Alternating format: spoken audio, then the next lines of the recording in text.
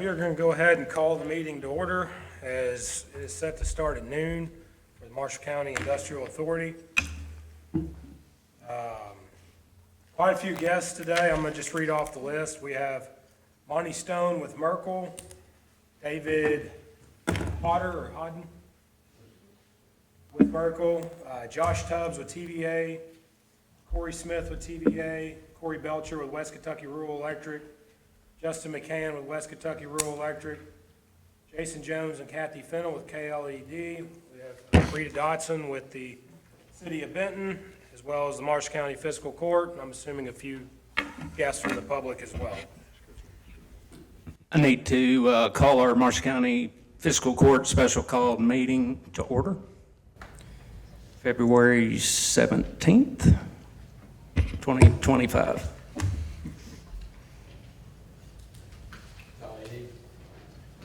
All right, Lana, we'll go ahead and review and approve the minutes from January 27th. Minutes were sent out via email for review. There's no other questions or comments for me pertaining to the minutes. I make a motion to accept them as presented. Okay, do we have a second? I'll second. Roger? All right, thank you. Treasurer's report. All right. In the treasurer's report, you have the copies of the bank statements from the last month. I am happy to report we have paid Jim Smith. We finally received the Delta Regional Authority grant funds. First allocation came to the treasurer's office. Second allocation came to the IDA directly, so we were able to get those funds where they needed to go, which is to Jim Smith for the alternate entrance project. So that project is now complete. There are a few outstanding checks. We made a payment to the line of credit. It was interest only though, and $1,227.60. The Jim Smith, which is more than likely cleared since the bank statement, and then a invoice to BFW for $11,245, which was continued engineering work for the phase 2 of the roadway in the park. And then I do have one other invoice to submit. The public bond renewal actually came up for the treasurer's position. It's $646.43, and it's an annual renewal, so that's an invoice that needs to be paid.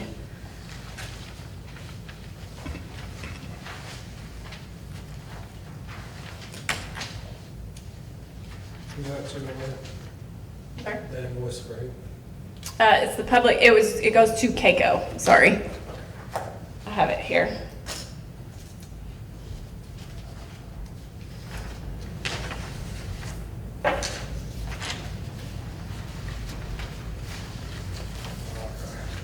I guess we need a motion to pay the Keiko insurance policy in the amount of $646.43.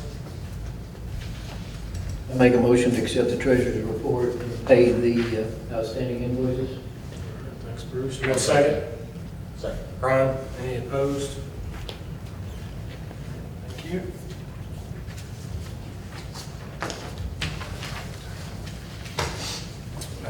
Moving on to old business, I guess we can kind of pick up, Elizabeth, we can pick up where we left off last meeting. We had asked Merkel and TVA to come here and, really just have an opportunity to get everybody's input, hear from the fiscal court, their opinions, hear from Merkel, TVA. This was, I don't think anybody intended to vote on anything today, but I think it is intended just to get more information for everybody to make an informed decision. Is there anybody that wants to speak on their behalf? Sure. Good morning. So So I think what I'll do is I'll turn it over to our representatives from Merkel's Standard this morning, which is Monty Stahl and David Hoder. And then I know there were some questions regarding transmission and the electrical capacity, so we brought our JBK, our ECC partners, as well as TVA, who are here to answer any questions you all may have, just so we can get anything you have answered for you, so you can go on and continue to look at the project. So I'll turn it over to Monty Stahl so he can share a little more with you about the company overall and what their potential plans are to possibly do here in Marshall County. Hi, good afternoon, everyone. My name is Monty Stahl. I run operations for Merkel Standard. It's great to be here today. We've been operating a site, an Opportunity Drive, for almost a year now, and things are going well. I would welcome anyone from the board to stop by and take a look at it. It's at 321 Opportunity Drive, just across the street from Workman Benz. We are a digital asset data center company. We pay big power bills, and we pay a lot of taxes as well. I was just looking at my last invoice from West Kentucky. I'll refer to it. I've got it on a PDF on my phone just to make sure my numbers are correct. But paid about $100,000 in taxes just for that site. So I got state sales tax monthly invoice was $7,438.10, and then looks like there's been an increase for school tax to $3,610.72. So whenever I get to introduce, an operation like we have over there on Opportunity Drive, I like to say that we're part of a solution, not part of the problem. We work collaboratively. I do wish I could come in and tell you that I'm going to hire, a lot of people, but our company's in the business of staying in business, so we run a pretty lean operation. But what we do is we provide a flexible, large load for the utility that allows for them to essentially call us and tap us on the shoulder when they need that power back, to make sure that if there's a cold storm, our neighbors get that power, and we can just flexibly turn our operation down. And then we also turn former industrial sites. The site we're on right now had some environmental attributes to it, so I think it was a former Continental Tire site, heavily contaminated, but we're able to safely find a way to operate there and turn that into a tax generating site, about $100,000 a year in taxes. So that's the pitch, that's the upside.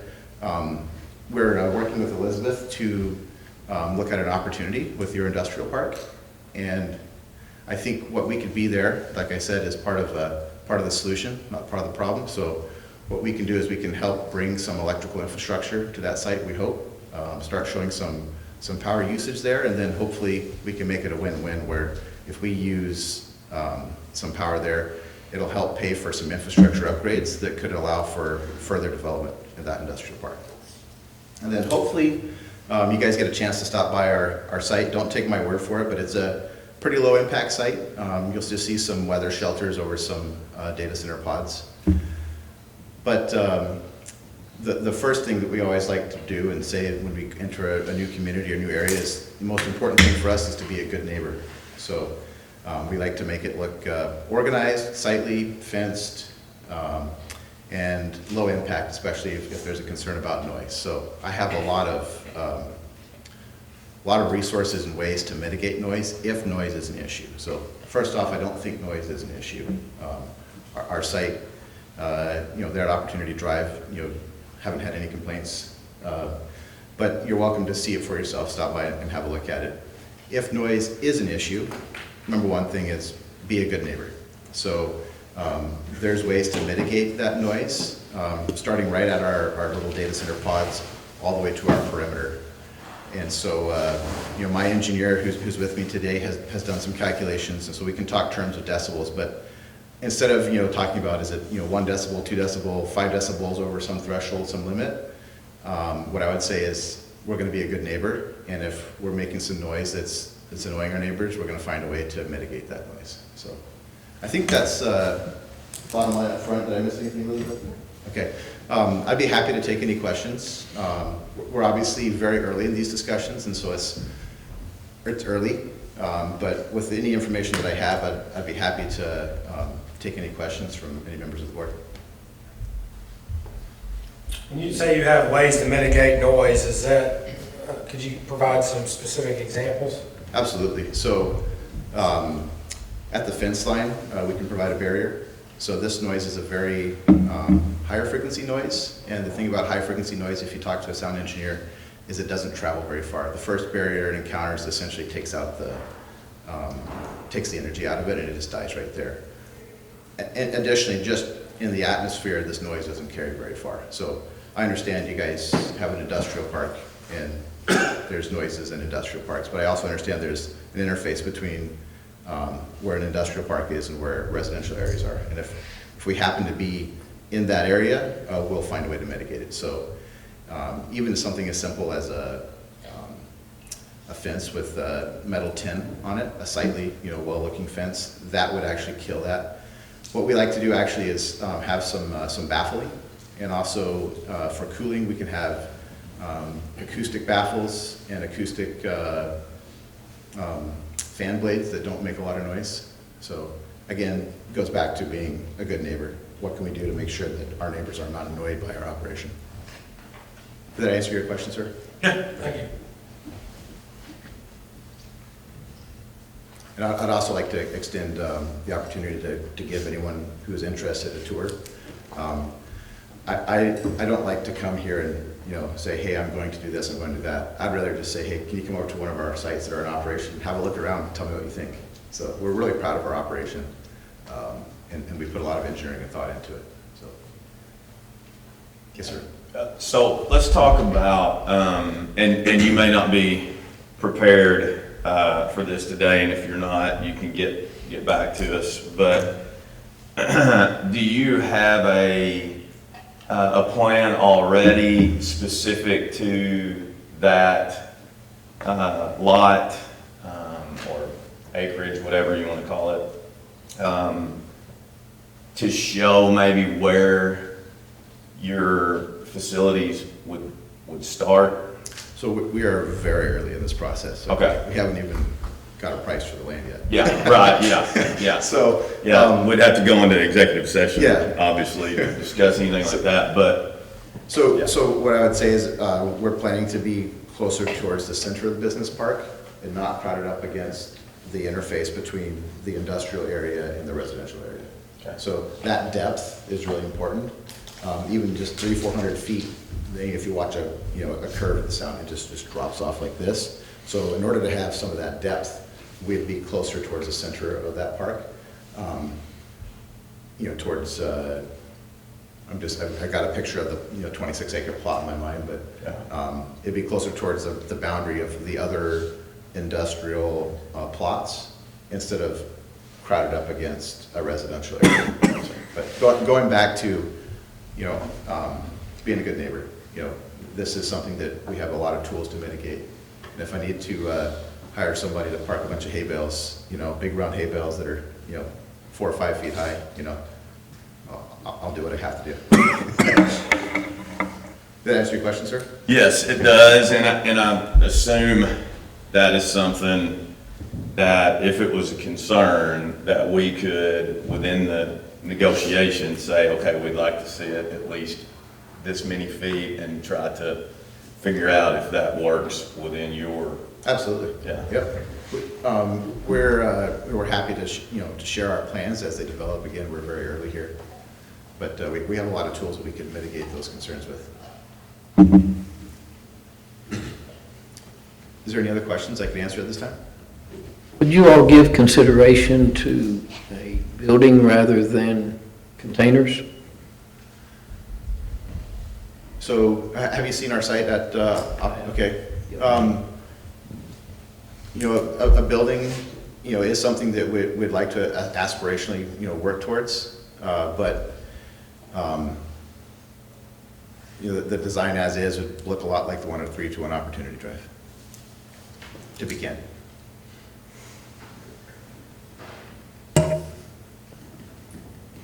I might be a little behind, but we're talking about Mayfield, right? Opportunity Drive in Mayfield? Yes. Or the Old General Tire. old General Tire? Okay. Yeah, the carport covers over the. That's correct, sir.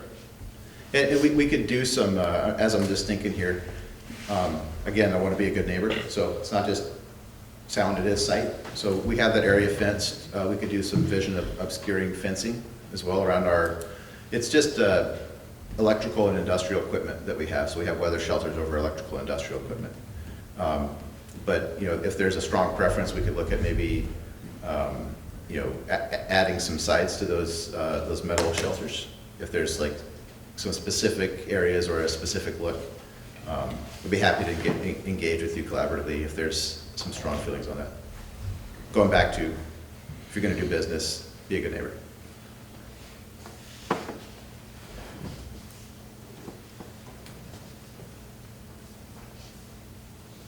I guess, question for you, and like you had mentioned, jobs now, we realize that with this type of operation, but future opportunity, is there future opportunity out there? And I guess within a business like yours, it's, I assume, ever-changing, to where maybe you don't know if you can even answer that, but. Yeah, I could talk a little bit about aspirations. So I'll share a little bit about myself. I'm from a small rural county in Washington State.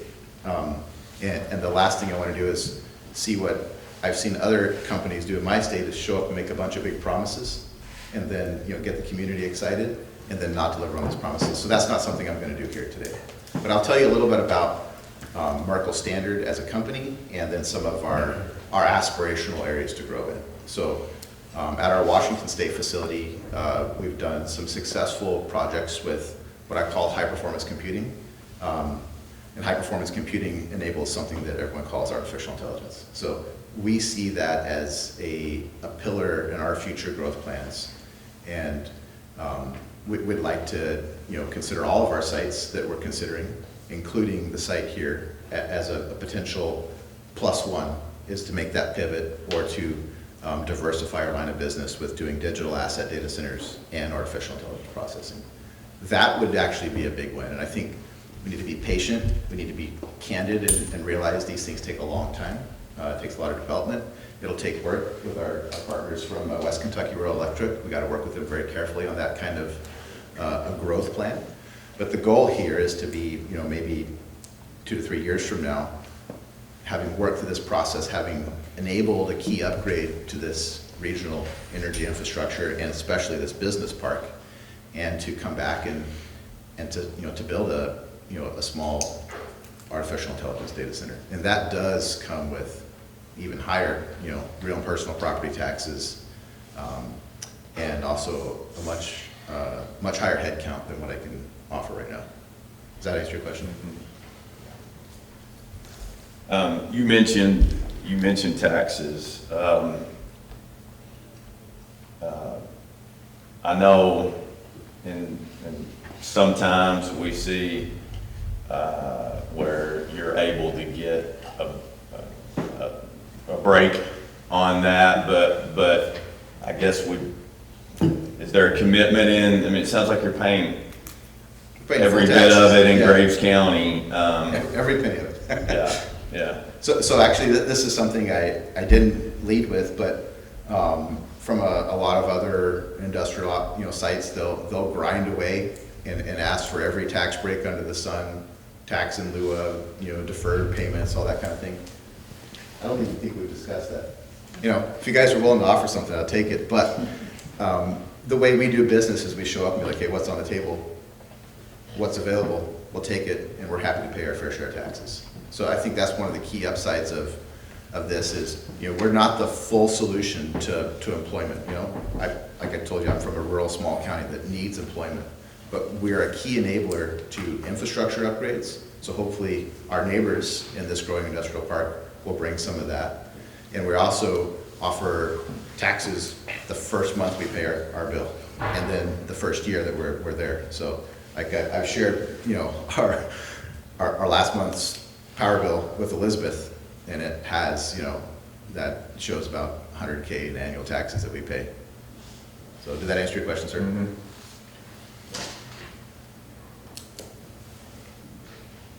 Yeah, this deal, we haven't asked for any special consideration. We're happy to pay our fair share of taxes. We've just made an inquiry about the availability of some property at this industrial park. And, with your consent, we look forward to, moving on this opportunity.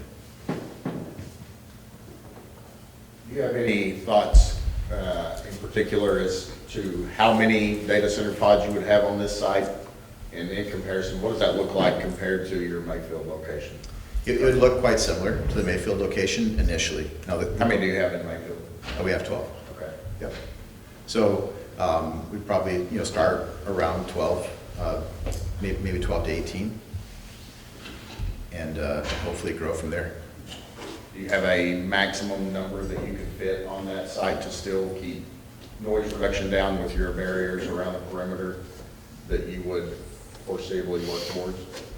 This would be a discussion that would probably come back to in, 2 to 3 years after the infrastructure upgrades, that we aspire to enable would be complete.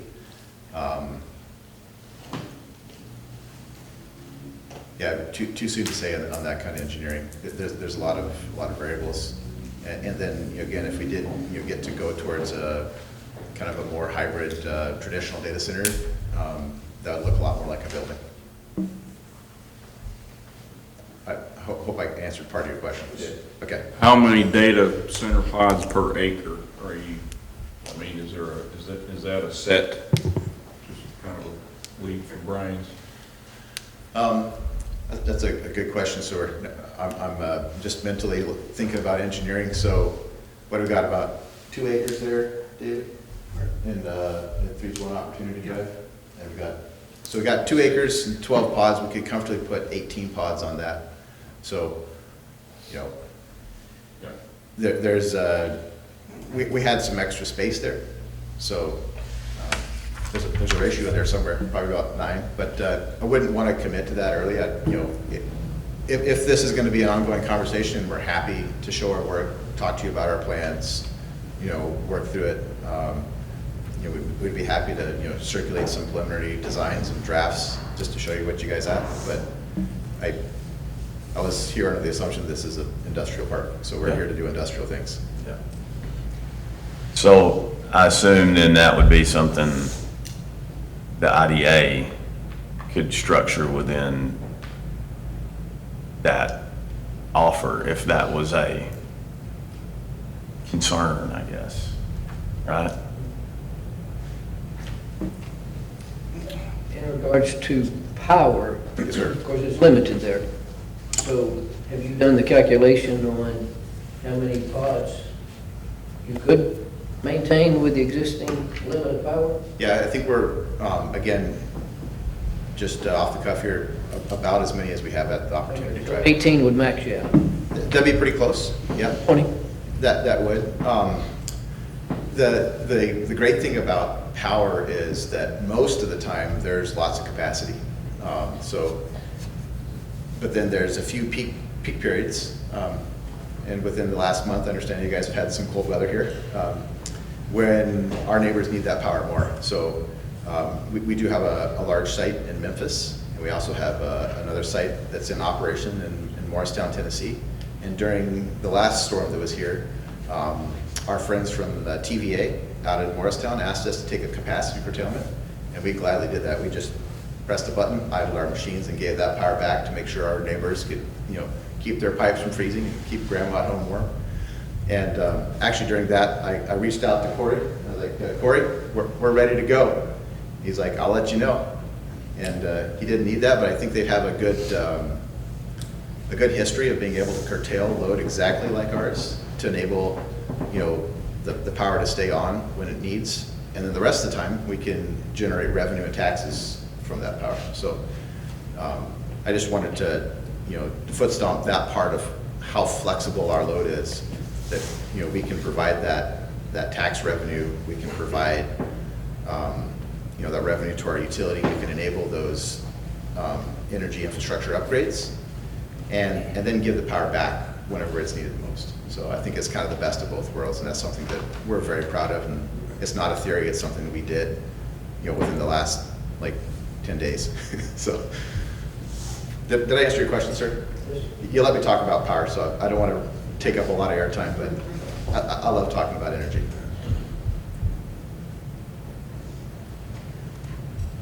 curious, Mayor, zoning wise, it's I-2, right, which encompasses basically all out there. Any setbacks or anything like that we would have to, or they would have? Can I make a comment? So one of, we're very early, just here Yeah. discussing, heard you guys had an industrial park, we're interested. So, once we get past that conversation, is a property available? The first thing we do is I put my engineer to work.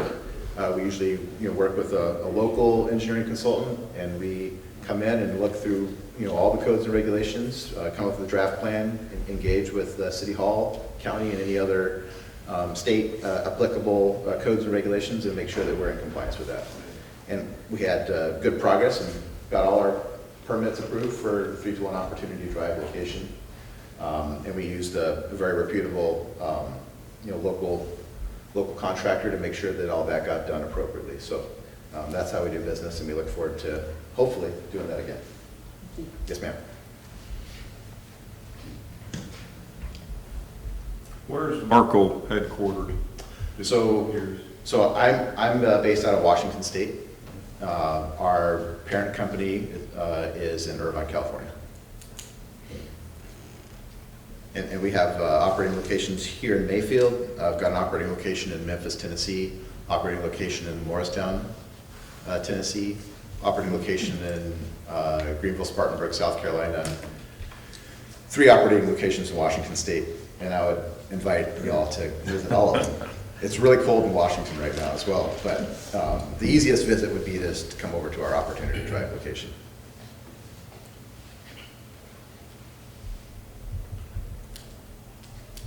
Anybody gonna let me talk about power anymore? I probably should turn it back over unless there's any other questions. Okay. Elizabeth, I'll go back to you. That's perfect. Thank you, Monty. And then I'll probably call up our partners with TVA and WKRECC. I know we've all talked about the long-term strategy that we're kind of looking at with this project and what we hope it'll be a stimulant to be, and that is to get more electrical capacity into Southwest 1 Industrial Park so it can continue to grow. So I'll probably hand it over to TVA first, or WKRECC, whoever wants to.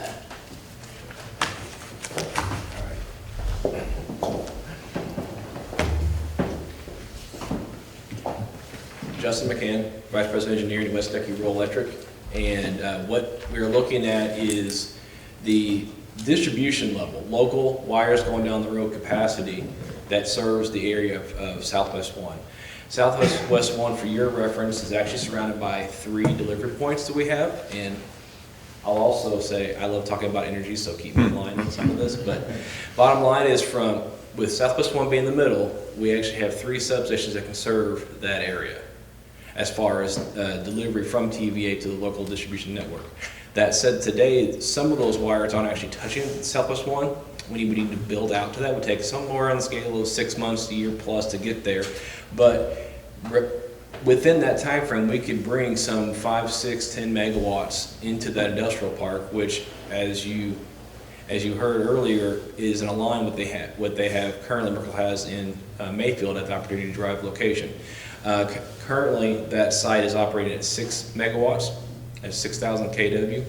It's approximately 1,500 homes as far as comparison. So there's a little bit of capacity that can be served in that industrial park today. But it's limited in growth. Once it hits that, it needs to be expanded. And that's where the partners from TVA come in, because when you develop these substations, these industrial parks, it's kind of the chicken and the egg conversation, right? You need to have 30-year assets in the area to serve loads that today don't exist, right? So who makes the investment, who comes first? It's kind of hard to get an industry to come in if you don't have the infrastructure. We don't build the infrastructure if you don't have people coming in, right? So which comes first? So this opportunity with Merkle is an opportunity to bring in, and shall we say, an easy win for the county to say, hey, we have load here. Now TVA, come build more infrastructure. And that's what this does. Loads like Merkle Standard give us what I like to call a negative load. Negative load means they can run all the time, and if I need to curtail when electricity is at its highest, we can say, okay, guys, shut off, and they will be shut off in about 5 minutes. They can do it very, very fast. A side benefit, some of you may remember December of 2022, Winter Storm Elliott. TVA was doing their best to serve power, but things were, some power plants shut off, and we had to curtail load. Thanks to industries like Merkle, we were able to partner, at West Kentucky, we were able to partner with Merkle to actually balance the load so we didn't have to do those rolling blackouts and other curtailments in the domestic residential areas. So having that type of asset on the local distribution system is a real positive. So I can go into more detail, but the short of the local power supply capacity and how that can be a benefit. What questions do you have for me? So you just mentioned the other, you have the 3 substations, but that they don't, 2 of them don't hit there yet, and it would take 6 and 12 months on some build. Okay, so that is without TVA. Correct? Yes, we can do that with our existing facilities, shorter line extensions to get down the road to you. TV doesn't have to do anything at that point in time. What added capacity would that bring? Or is that needed just to get the 5 to 7 megawatts? That's needed to get to 5 to 7 today. Right Okay. now, you can't serve a single KW of the industrial park, all practical purposes, because there's not a line, with the exception of United Systems, which is effectively a neighbor. Short of that part, there's no major industrial capacity to that substation, the industrial park at this second. So whoever comes in there, It's going to the same issue. whether they need a half, a full, or 3, 6 to 12 months At least. of your build out. That's right. That's right. No matter who comes in, whether they bring 1 job or 1,000, is the same question. Now, how does that equate to Merkle?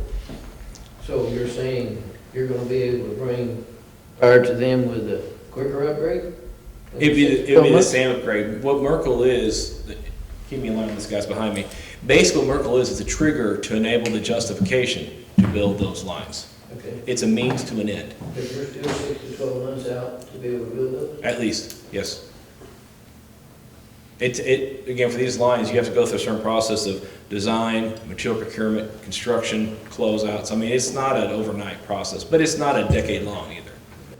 Other Okay, questions? so that's something I may have missed earlier, so, but it's good to know. So the first step, even to allow Merkle the 5 to 7, is to motivate West Kentucky, which is through Merkle, to get to the 5 to 7. Yes. The next It's really any the business. next 10 or 20 or whatever it is, then is TVA. That's right. Once we Okay. have, so we do what's called joint one ownership studies, where if we need to build a substation, we get with TVA and our planning group, which I oversee, and we say, okay, we've got so many power contracts already executed, so many loads already in the area today. What do we reasonably foresee tomorrow? And then we look at the electric system as a whole, joint one owned system, even though it's 2 different entities, right? What's the best answer for all? Most economical, most reliable, best capacity, all those things. And we say, okay, with the loads we have today under contract plus come tomorrow, what's the cheapest option? And that's how you go about vetting and justifying new substations, which is the fenced-in areas you see going from the large power lines down to the street levels facilities. And TVA also builds new transmission to go to those substations. All that's justified with the joint one ownership process. All right. Before you ask that, Yeah. I just want to clarify one thing. So you're saying if we had a business that wanted to go in right now, you couldn't provide it with the power it needed if it was 2 to 3? 2 to 3, probably not. I'd have to double check that, but my intuition, knowing the area, is probably not. Now, if it was a small business like a cabinet factory, like assembly, which is like 50 kW, not a big deal. But as far as your more traditional industrial complex, the infrastructure in that industrial park is wanting. And you are willing to bear the burden of the expense? We will, like we said before, we are in the early stages of this conversation, so it needs to be vetted of what needs to come from where and all those costs, but bottom line is, at this second, it's not there. You mentioned earlier, which I've never heard this, this number, so 1,500 homes within that five, so somewhere in the neighborhood of, you can assume 300 homes is 1 megawatt? That's fair, Is that on scale, yeah. somewhere in that Most neighborhood? homes average around 5 kW. Okay, And so 1,000 kW is a megawatt, so that's how I'm getting my numbers to you. okay. Five is your rule of thumb per house, and so you just scale it up to 6,000, right? And so, yeah, 1,500. Yeah, okay. Oh, maybe off 600. Anyway, you get the point though. 500.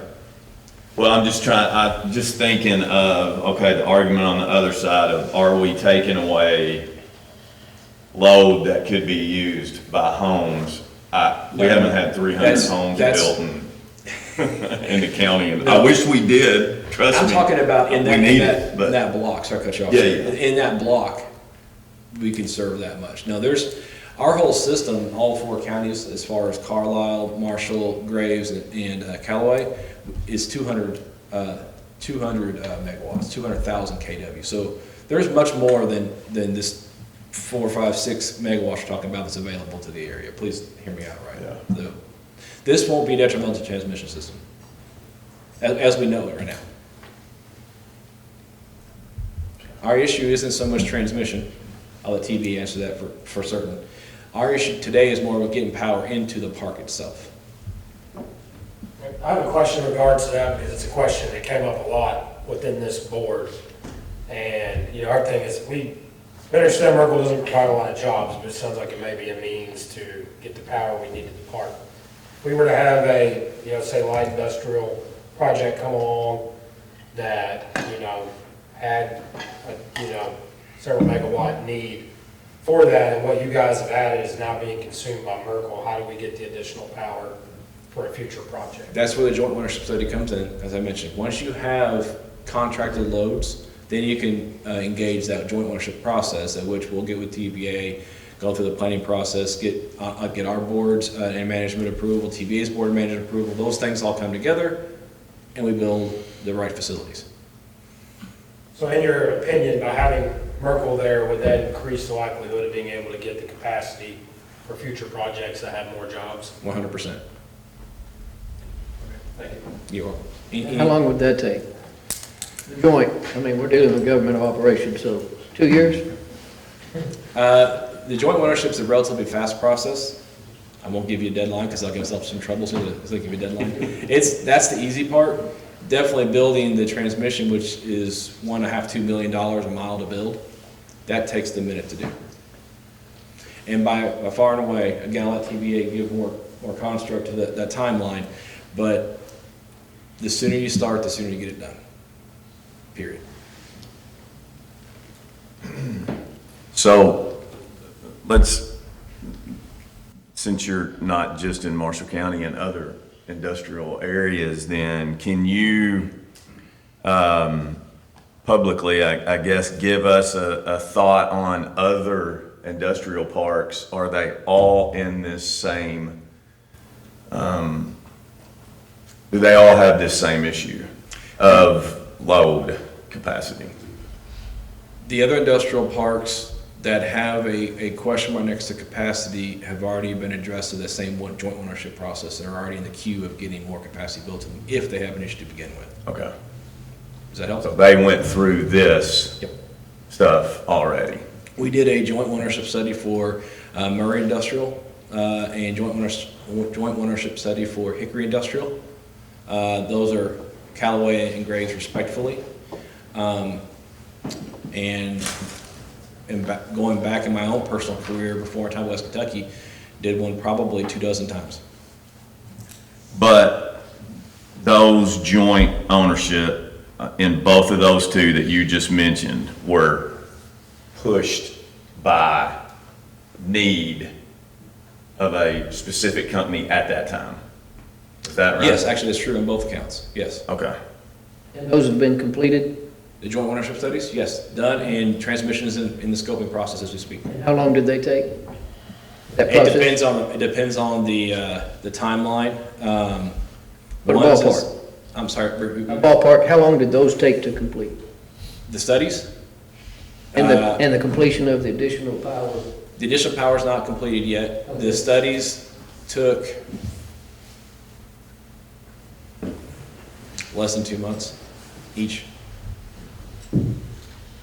Again, it's more of a trigger than it is, the effort's getting the built. I mean, as you guys can appreciate, anything that's material infrastructure takes a minute to get down the road for various regulatory issues. So the sooner you get started, the sooner you get it done.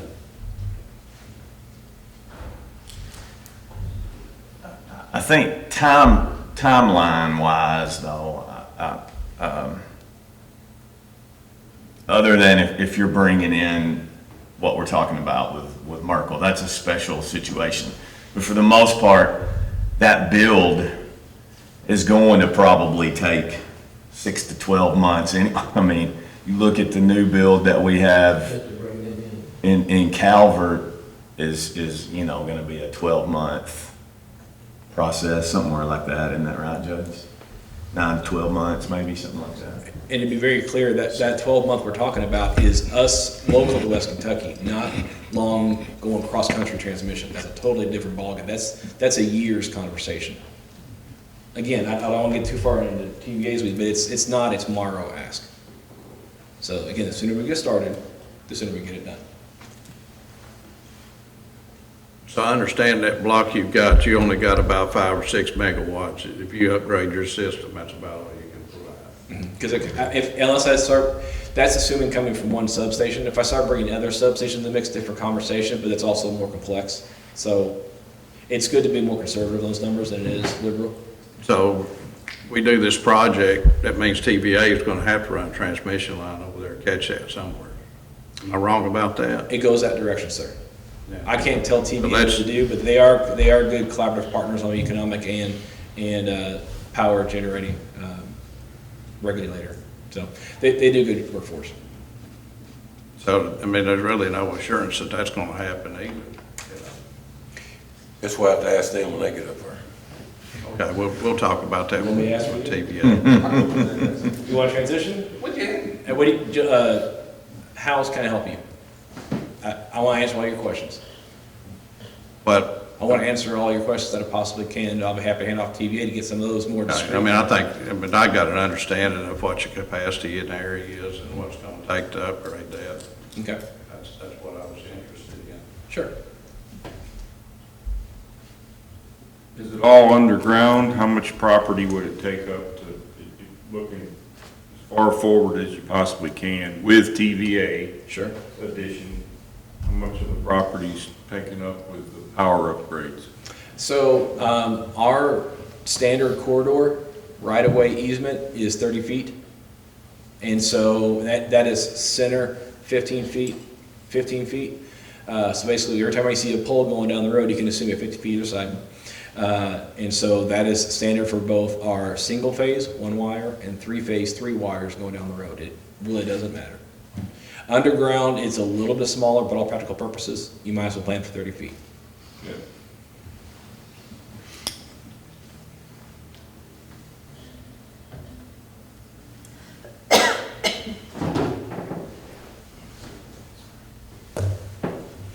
Anything else?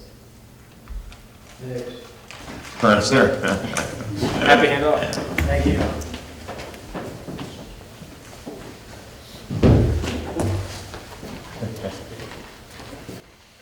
All right, good afternoon, everybody. Hope you guys can hear me loud enough. I'm Chris Smith, I'm with TVA.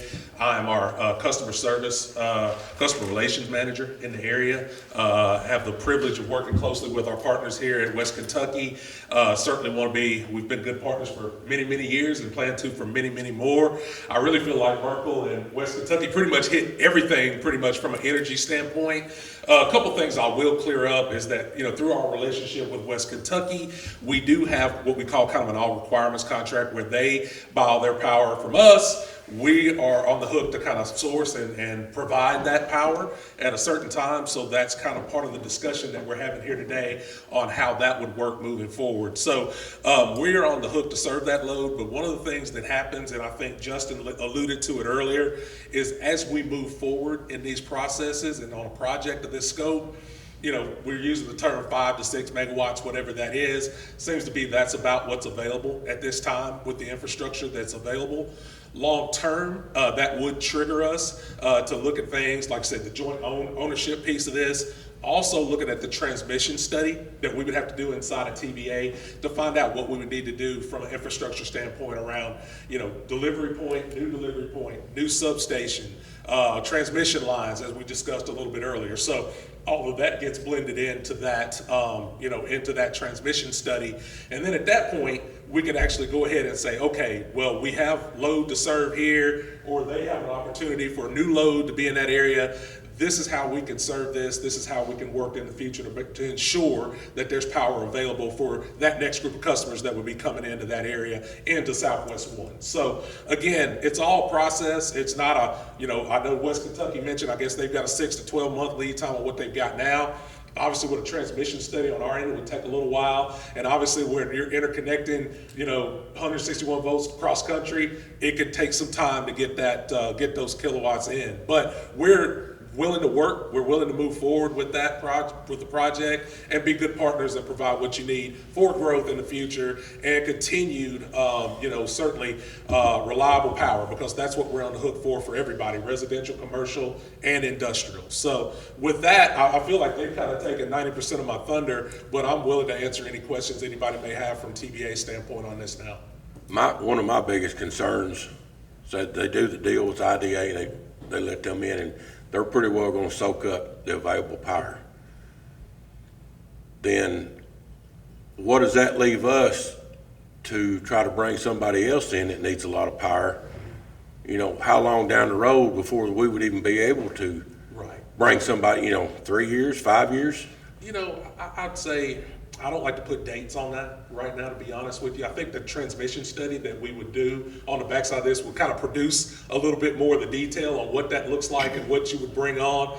I think, you know, certainly what you talked about a little bit earlier, smaller loads, things of that nature, I don't think would be anything that would stress out. Justin, I don't want to speak for you on your behalf, but I think that's certainly an opportunity. But for loads of any size, if we've got one of those deals where it was another 5, 10 megawatts, whatever that is, that would trigger kind of that joint one ownership piece again, and for us to do that transmission study to see what's feasible, what's available, and how soon we can serve it on the back end of that. So once that study's done, we can give you a better idea of what we're looking at from a megawatt capacity of what you're looking for and how we can serve it. Yeah, that's my biggest concern, is the whole idea of this industrial park was to bring jobs to Marshall County.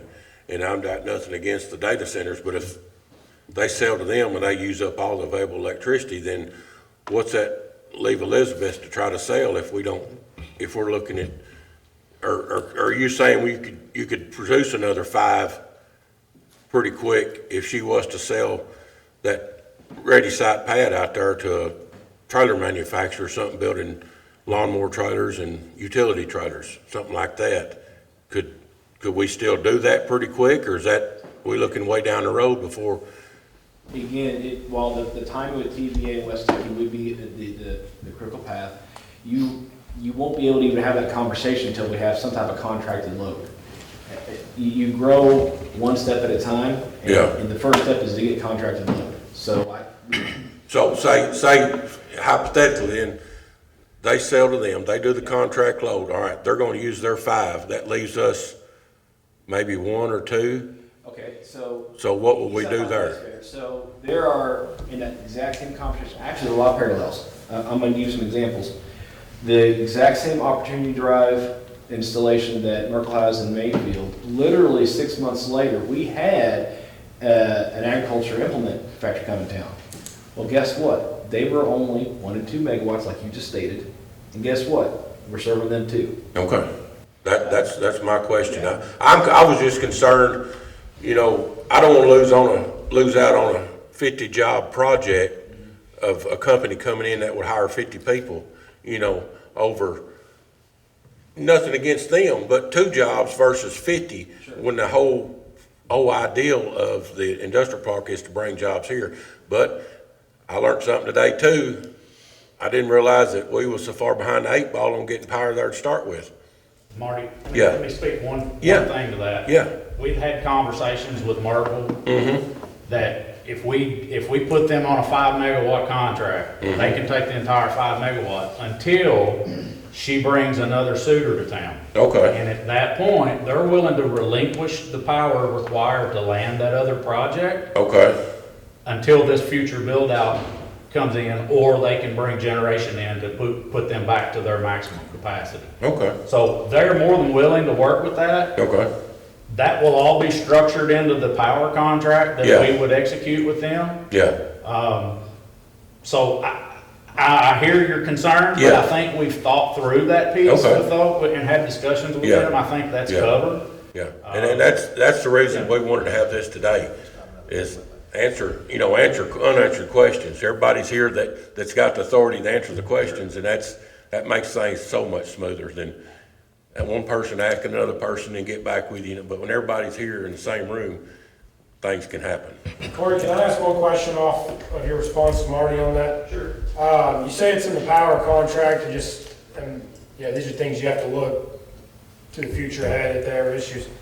Mr. Stone seems like a very nice guy, but if he gets out of business and whoever's running Merkel at the time says, no, we're not gonna reduce our power, do you guys actually have the ability to do that on your end, or does it have to be done voluntarily through Yes. Merkel? We have the ability to cut them off. If Y'all they can do not push the abide by button. that contract. I can turn their switch off. Who do 5-6 years down the road? No. Okay, this opens up, I guess, another question. We're talking about additional power that's going to come from a generator. Would that be gas powered? As far as, Initially, that would be an investment that Merkel would make, but I would, from my understanding, what they've been looking at, if that were to come to play, that yes, it would be natural gas, most likely. does the line run down, slick back to be able to service that? Or is that another issue? Is that large enough to service that area? There's gas. That is an alternative situation, but yes, there's a means to that end. I'm a date guy, as you probably already heard me ask a question, so hypothetically, in your past history, how long has the transmission study taken? You know, the study's a few months for the study to come out. It's not a long process, but Is that obviously. 2 to 3 or is that 6? I'd say probably in between. Okay. I'd say in between the two. I always like to be safe on that as we move forward. But certainly that gives us an opportunity, again, when you have that contracted load out, that kind of triggers kind of our joint one relationship to be able to get those studies available and find out what's available and when we can hook it up. So, He's a banker. When they say they're closing in 30 days, it's 45. So don't worry about it. 44 anyway. Yeah. that's fine. And then another thing too that I will mention, just kind of maybe unsolicited, is we've had a lot of relationships with a lot of the AI data center, that kind of things. And one of the things that they have been very, very consistently great partners with across the board is being able to shed that load. In times of need. I know we mentioned the Winter Storm Elliott example a couple of weeks ago when it got really, really cold. We had some data centers that were able to kind of participate in one of our demand response programs and was able to shed, I mean, again, it's hard for some of these chemical companies to shed load, right? I mean, shutting off boilers and stuff, that's more than a notion. Where a lot of these data centers, they press, I mean, it is kind of the easy button, where they press that red button and in 5 minutes, they can shed 50, 70, 100 megawatts if they're contracted that way. So that's something else to consider as you move forward. To piggyback off of Marty's question, if there was a concern on capacity, could Merkel operate at 4 megawatt instead of 5? If we said we want to make sure we leave capacity for somebody else? Yes, sir, but I think the goal is that we trigger a larger upgrade so that there's No, I understand. 25 megawatts there Right. that you guys can bring in. It's also the timeline, so I don't want to speak for Elizabeth, but when there's potential projects, they're looking at, you know, you're competing against other industrial parks to land jobs here. And when Elizabeth says, hey, it's going to be, there's kind of this murky pathway forward, 12 plus months, like you should probably make this point yourself, but they're gonna go to the other industrial park that did something like this earlier and already triggered the upgrade. Then they can be like, oh, here's the plan, we're gonna get to it. So that certainty on the timeline helps you land investment. So in your estimation, if we were to do this project, this probably accelerates having available power for a future project with jobs, probably about, would be first say 12 to 18 months. We'd at least be able to give construction power that fast. Is there any reason any project wouldn't do that? Accelerate this whole process? No, that's fine, and that's true. We have an opportunity here, kind of like a bird in the hand is worth two in the bush. But, no, to your point, any project would do that. Okay. Do you have one, sir, available? In any project that is at the 5 megawatt, right? Yes, yes. So we had several smaller projects and that would not result in that, most likely. It changes the economics for both them and you guys. From my understanding, Merkle comes in and they absorb all available power. When a new project comes in, they relinquish power, which then triggers the conversation between West Kentucky Rural Electric and TVA to say, hey, we need more power because now we don't have enough to furnish what Merkle fully wants, as well as this new customer. On the distribution level, transmission, distribution, local, cross-country, there's going to be a remaining marginal capacity. It will not be a zero. Hence why I said earlier, when we did over in Graves, we could still serve that next one. I have to be careful as I say that because I don't know how big that next one is. But to say that it's zero would be false. I just don't know. But let me make sure that we're clear here, because I think your question I could see that two different ways. I'm assuming that the 5 that they take triggers it already, not the next project. That's even more true, yes. Yeah, that's the way I understood him to Yeah. say. Yeah. So that's clear, that 5 triggers it, that transmission study by TVA. Is that right, Mr. Smith? Correct? And would trigger the study 5, yes. And I'm telling you also, in addition to that 5, we're gonna leave some marginal capacity Yeah. for the one-off next connection. Okay. Chris, do we have to do I may have misunderstood. We have to do a new study each time we want to add a Really, company there? really only when there's kind of like the capacity levels, right? So, again, if you build it out in this scenario, it would be a yes in this because they are kind of soaking up, the last available non-nominal capacity, right? So that 5 megawatts is gone, that would trigger us to do that. Moving forward, if we're able to get, I don't know, just an additional load, whatever that is in the future, once we build that infrastructure out, until you got to that next threshold or whatever that capacity is, you wouldn't have to do that for every study on that, or for every new installation in that Are area. there specific thresholds? Well, it would depend kind of what that capacity, what comes out of that study, right, to find out what's available. Once we get that hooked up, once you met that next threshold, then you would have to go through the next thing. So just throwing a number out there, if you did 10 additional megawatts, right, and you were able to get 10 additional megawatts ramped over to the system, at that point, once if you had 3 megawatts come in and another 3 megawatts, you wouldn't have to do all that. The next piece would be once you got to that 10 or got close to it, then we would have to trigger and work together with West Kentucky to do another joint one ownership, look at what that looks like, and do another transmission study at that time. Okay, so That's it's, Yeah, a simple perspective, again, just the way it's talking point, right?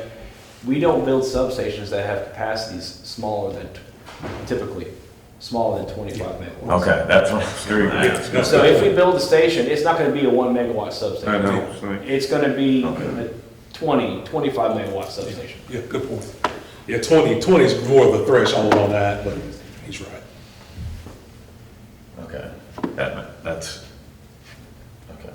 So that would provide the capacity for the park. Right. Unless you got a white widow, of some point where you got a big one, Okay. That can always happen. There's always an extra phase. Yes, yeah. There's been a lot of talk, I just got back from the judges conference week before last, about the coal-fired plants being shut down and your transition to nuclear and all of that. I nearly feel like we're limited now. I mean, we'll be probably getting a notice the middle of the week, please turn your thermostat down. Middle of summer, please turn your thermostat up. It's concerning to me, us having adequate power. Right. And having jobs attached to everything is my priority. Right. No, completely understand that. And what we have to do is we have to build and be able to supply for the peaks, right? And that's what we have to do. And so these times that you're speaking of are kind of those peak periods of the year. I always tell everybody 340 days a year, there's really not much to worry about, right? It's just those peak days in the winter and the summer that you worry about. That's one of the reasons why we have some of the products we have available on the demand response side. And that's another thing that I will give kudos to some of the AI and data center companies. They are perfect groups to participate in those types of programs, that when you do need a load shed, they can do it very quickly, very efficiently, and very accurately. And we've had a lot of success with those. We are looking from a standpoint of a build out over the next few years. We're looking big time on the natural gas side, building some new capacity, building some new generation to supply more capacity. I think over the next 5 to 6 years, you're gonna see a lot of that stuff come on as we transition into the natural gas. And also, obviously, we've got some nuclear power available. We're also looking at small modular reactors, which is kind of a long-term strategy for TVA and a lot of other utilities nationwide to utilize. But it's a fair question for now to speak. But again, these guys are great partners with us during any capacity constraints that we may potentially see. Thank you. Not a problem. Any final questions? All right. Thank you, guys. Thank you. Thank you. Thank you.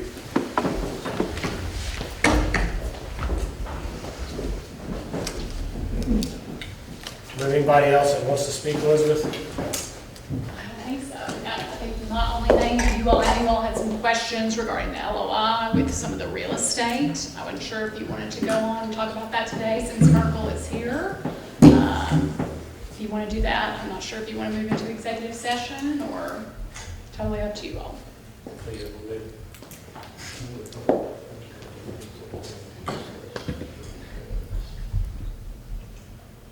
We've got some other items we probably need to discuss first before we address the LOI.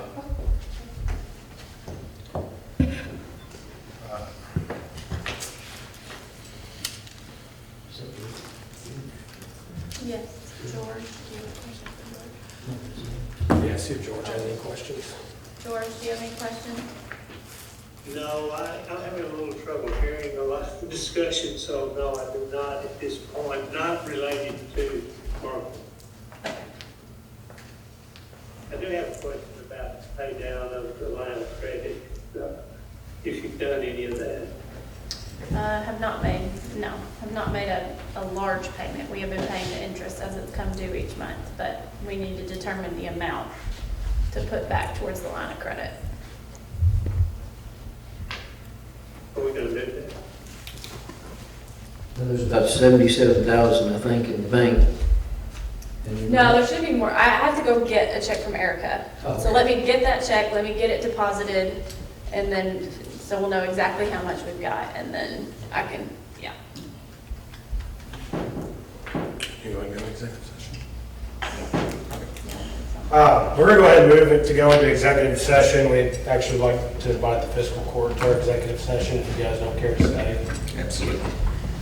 Need a motion to go into executive session. So moved. Is there a second? Any discussion? All those in favor? Any opposed? Motion carries. Just need a motion to adjourn. So moved. Is there a second? All those in favor? Any opposed? Motion carries.